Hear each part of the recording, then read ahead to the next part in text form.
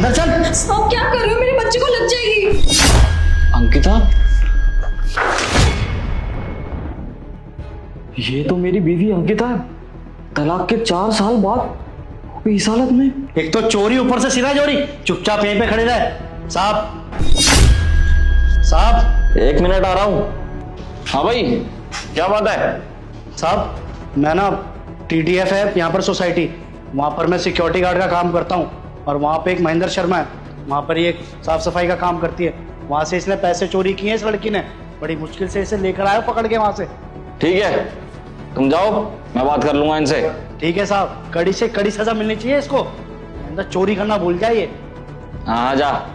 और सर, इसके मासूम चेहरे पे और इसके बच्चे के ऊपर मत जाना।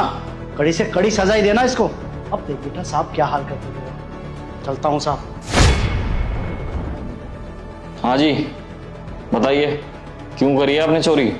नहीं साहब, मैंने कोई चोरी नहीं की है। वो गलत इल्जाम लगा रहे हैं मेरे ऊपर।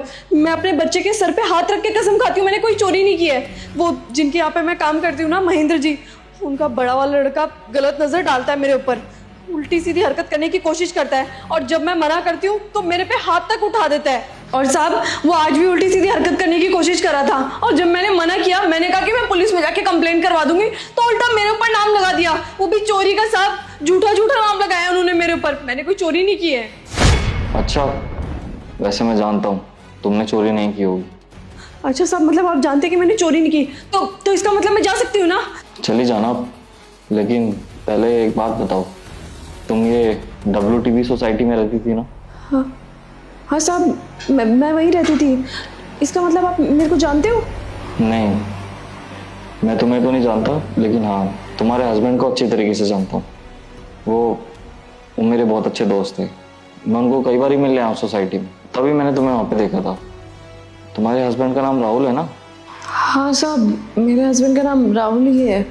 अब तो सच में मेरे हस्बैंड के जानकार निकले। ठीक है साहब, मैं अब चलती हूँ। 1 सेकेंड रुको। तुम्हारे हस्बैंड तो बहुत पैसे वाले थे, बहुत अच्छा काम था उनका, तो फिर तुम ये झाड़ू पोछे का काम क्यों कर रही हो? वो साहब, मेरे पति का ना काम में लॉस हो गया था, तो इसी वजह से। साहब, अब मैं चलती हूँ। रुकिए, इतनी जल्दी क्या आपको जाने की? देखिए, मैं पुलिस में हूँ और आपका चेहरा देखकर लग रहा है कि आप किसी मुसीबत में हैं। अगर आपके ऊपर कोई मुसीबत है तो मैं उसका हल निकाल सकता हूँ। आप मुझे बेझिझक अपनी बात बताइए, क्या पता मैं आपकी मदद कर दूँ और आपको इस मुसीबत से बाहर निकाल दूँ। कुछ भी नहीं हुआ है, जीवन है, जीवन में उतार चढ़ाव तो आते ही रहते हैं ना। मैं अपने जीवन में खुश हूँ। खुश तो नहीं है तुम। अगर खुश होती तो मुझे पता चल जाता। मैं एक पुलिस वाला हूँ और मुझे अच्छे से पता है कि किसके साथ क्या हुआ है। अगर मैं चाहता ना, तुम्हारे ऊपर झूठा केस लगाकर तुम्हें अंदर भी बंद कर सकता था, लेकिन मुझे पता है कौन मुजरिम है और कौन शरीफ आदमी। वैसे तो हम लोग इतनी बात करते नहीं हैं, लेकिन आपकी सिचुएशन देखकर मुझे ऐसा लग रहा है कि मुझे आपसे बात करनी चाहिए और आपकी परेशानी का हल निकालना चाहिए। और वैसे भी मैं आपके हस्बैंड को अच्छी तरीके से जानता हूँ, तो देखिए, जो भी बात है आप मुझे बताइए, क्या पता मैं आपकी मदद कर दूँ। साहब, मैं क्या बताऊँ आपको, आज जो भी कुछ मैं भुगत रही हूँ ना, वो मेरी गलती की सज़ा ही भुगत रही हूँ। गलती की सज़ा मतलब साहब, मैंने मेरे पति को डिवोर्स दे दिया था, क्योंकि मैं किसी और से प्यार करने लगी थी। किसी और लड़के के चक्कर में मैंने मेरे अच्छे खासे पति को डिवोर्स दे दिया, और यही मेरे जीवन की सबसे बड़ी भूल थी। लेकिन क्यों? तुम्हारे पति तुमसे प्यार नहीं करते थे क्या? मारते पीटते थे तुम्हें? मेरे पति तो बहुत अच्छे थे, मुझे बहुत प्यार करते थे, लेकिन मेरी अक्ल में ही पत्थर पड़े हुए थे जो मैंने उनको डाइवोर्स दे दिया। साहब, मेरे पड़ोस में एक लड़का रहता था, मुझे उससे प्यार हो गया था और उसी के चक्कर में मैंने मेरे पति से डाइवोर्स लिया था। पता नहीं उसने मेरे को ऐसा क्या पढ़ाया कि मैं जिद पे अड़ गई थी। मेरे अच्छे खासे पति को मैं डाइवोर्स देने के लिए रेडी थी और मैंने डाइवोर्स दे भी दिया। इतना अच्छा खासा परिवार था मेरा, इतना अच्छा खासा पति था मेरा, मैंने सब कुछ अपने हाथों से ही तबाह कर लिया। अच्छा खासा बिजनेस था मेरे पति का, किसी चीज़ की कमी नहीं थी। जो चीज़ मांगती थी रात को वो चीज़ हाजिर भी कर देते थे, लेकिन मेरी अकल में ही पत्थर पड़े हुए थे ना, बस। तो अपने कर्मों की सज़ा ही भुगत रही हूँ मैंने मेरे पति को डाइवोर्स दे दिया और उस लड़के से शादी कर ली। और जब ये बच्चा इस दुनिया में आया, तब धीरे धीरे करके उसकी सारी असलियत मेरी आंखों के सामने आने लगी। वो मेरे को मारता था, पीटता था, मेरे को कहता था बाहर जाके काम कर। सर वो हर तरह के नशे करता था और घर पे ही पड़ा रहता था, कोई काम नहीं करता था, जिसकी वजह से मुझे बाहर जा कर के काम करना पड़ता था। अब मैं अपने घर भी वापस नहीं जा सकती थी ना, क्योंकि मैंने मेरे पहले पति से भी लव मैरिज की थी और वो भी मेरे माँ बाप के मर्ज़ी के खिलाफ जा कर के ही की थी। और फिर उनसे डाइवोर्स लेने के बाद तो सवाल ही पैदा नहीं होता ना कि मेरे माँ बाप मुझे एक्सेप्ट करेंगे।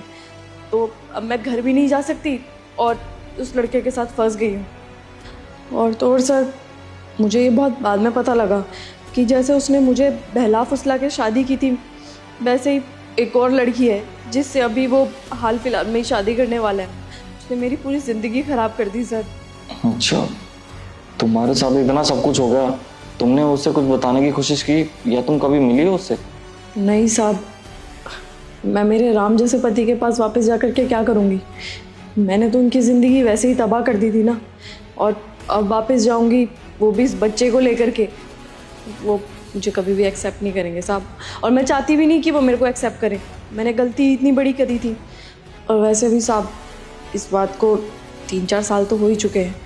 मुझे तो लगता है उन्होंने अब शादी भी कर ली होगी और उनकी गृहस्थी भी अच्छी चल रही होगी।